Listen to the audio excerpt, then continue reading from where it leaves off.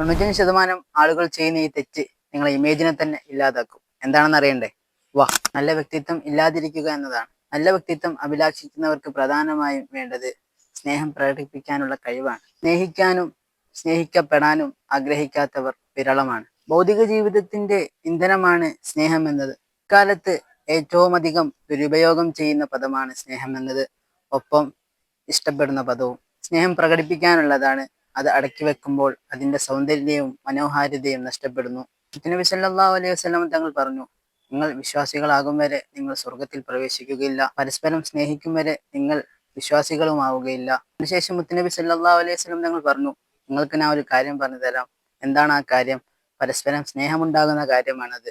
എന്താണ്? സലാം പറയുക എന്നത്. ഒരു അപരിചിതനെ നോക്കി സലാം പറയുമ്പോൾ അവന്റെ മനസ്സിൽ അവൻ എന്നോട് സലാം പറഞ്ഞു എന്നൊരു സ്നേഹം അതുണ്ടാകും. നബി സല്ലല്ലാഹു അലൈഹി വസല്ലം തങ്ങൾ സ്നേഹം കൊണ്ടാണ് ഇസ്ലാം പ്രചരിപ്പിച്ചത്. അനുഭവിച്ചറിയേണ്ട വികാരമാണ് സ്നേഹം.